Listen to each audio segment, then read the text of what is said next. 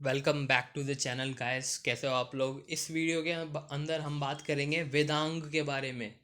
देखो, ये वेदांत नहीं है। वेदांत तो उपनिषद को कहते हैं कि जहाँ पे वेदों का अंत होता है वहाँ से उपनिषद स्टार्ट होती है। लेकिन ये है वेदांग, मतलब कि वेदों के ही अंग है, वेदों का एक्सटेंशन है। वेदों, जैसे मान लो चार हमारे जो मेन वेद हैं उसी को एक्सटेंड करके ये वेदांग है, उसी का पार्ट है।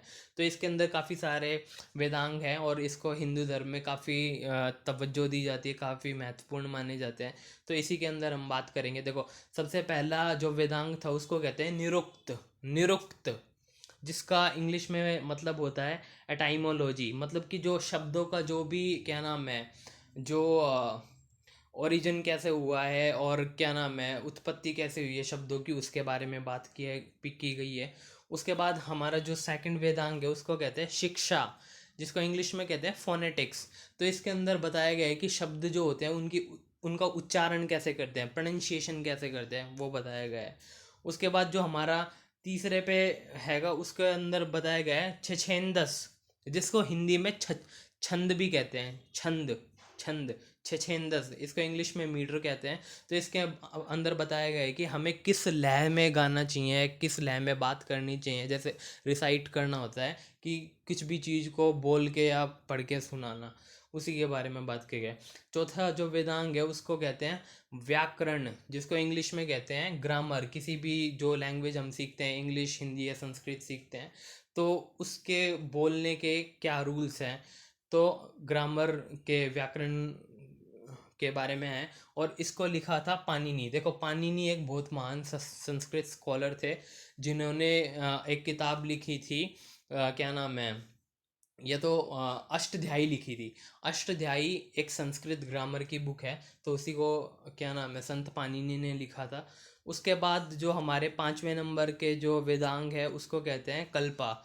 कल्प का मतलब होता है रिचुअल्स, जो है हम यज्ञ करते हैं, आहुति करते हैं, ये सब। तो इस कल्प के अंदर बताया गया है कि जो भारतीय जो ला है, भारतीय का जो कानून है, जो मनुस्मृति का था, तो वो क्या था, उसका बेस बताया गया है कि कैसे उसका उद्गम हुआ है। इसी के अंदर हमारे धर्मशास्त्र लिखे गए हैं। धर्मशास्त्र हमारे ये जो क्या नाम है, गृहस्थी कैसे चलानी चाहिए, इसके बारे में है। उसके बाद सुलवा सूत्र भी इसी के अंदर आते हैं, जो कि रेखा गणित से डील करते हैं। देखो, रेखा गणित होता है इंग्लिश में ज्योमेट्री, तो उसी के बारे में बताया रखा है। और उसके बाद हैगा क्या नाम है श्रुत सूत्रास। श्रुत, श्रुत सूत्रास, श्रुत सूत्रास। तो ये सोशल सेरेमनी, मतलब कि सामाजिक जो सेरेमनी होती है, जैसे बच्चे का पैदा हो जाना या किसी इंसान का मर जाना है, उसकी शादी हो जाना, या फिर क्या नाम है कई बार आ, जैसे और भी जितनी भी सोशल सेरेमनी होती है उसके बारे में बताया गया। तो देखो, कल्प के अंदर इंडियन लॉ का जो भारतीय कानून का जो बेस है उसके बारे में बताया गया है। गृहस्थी कैसे चलना चाहिए, धर्मशास्त्र बताया गया है, ज्योमेट्री के बारे में बताया गया है, और सोशल सेरेमनी के बारे में बताया गया है। और जो हमारा आखिरी जो वेदांग है उसको कहते हैं ज्योतिष। ज्योतिष आप सबको पता होगा, एस्ट्रोनॉमी को कहते हैं इसको। क्या नाम है, आप जो एस्ट्रोलॉजी से कंफ्यूज मत करने ना। देखो, एस्ट्रोलॉजी होती है वो तो हमारी जो ये राशियाँ होती हैं उसके बारे में होता है। और जबकि जो एस्ट्रोनॉमी होती है वो स्पेस, ये जो हमारे चांद सितारे, जो ये ग्रह उपग्रह होते हैं उसके बारे में बात करते हैं।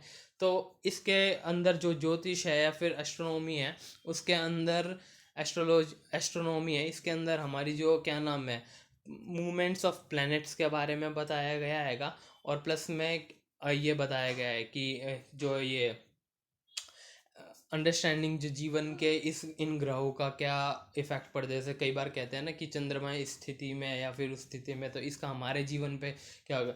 तो यहाँ पे दोनों बताया गया है कि ज्योतिष, एस्ट्रोलॉजी और एस्ट्रोनॉमी के दोनों को मिक्स करके बताया गया है कि देखो, जो एस्ट्रोनॉमी होते हैं वो तो स्पेस से रिलेटेड होते हैं, और जो एस्ट्रोलॉजी होती है वो हमारी राशियों से रिलेटेड है।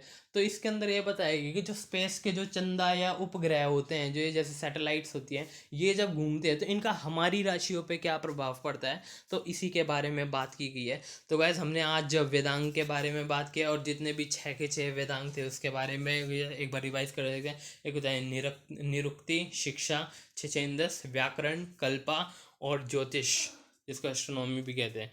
ठीक है गाइस, इस वीडियो में इतना ही। अगली वीडियो में फिर किसी नए टॉपिक पे बताएंगे। आपको जिस टॉपिक पे वीडियो चाहिए उसके बारे में आप कमेंट में लिख सकते हैं। वीडियो को लाइक करना और चैनल को सब्सक्राइब करना। Thank you. May God bless all.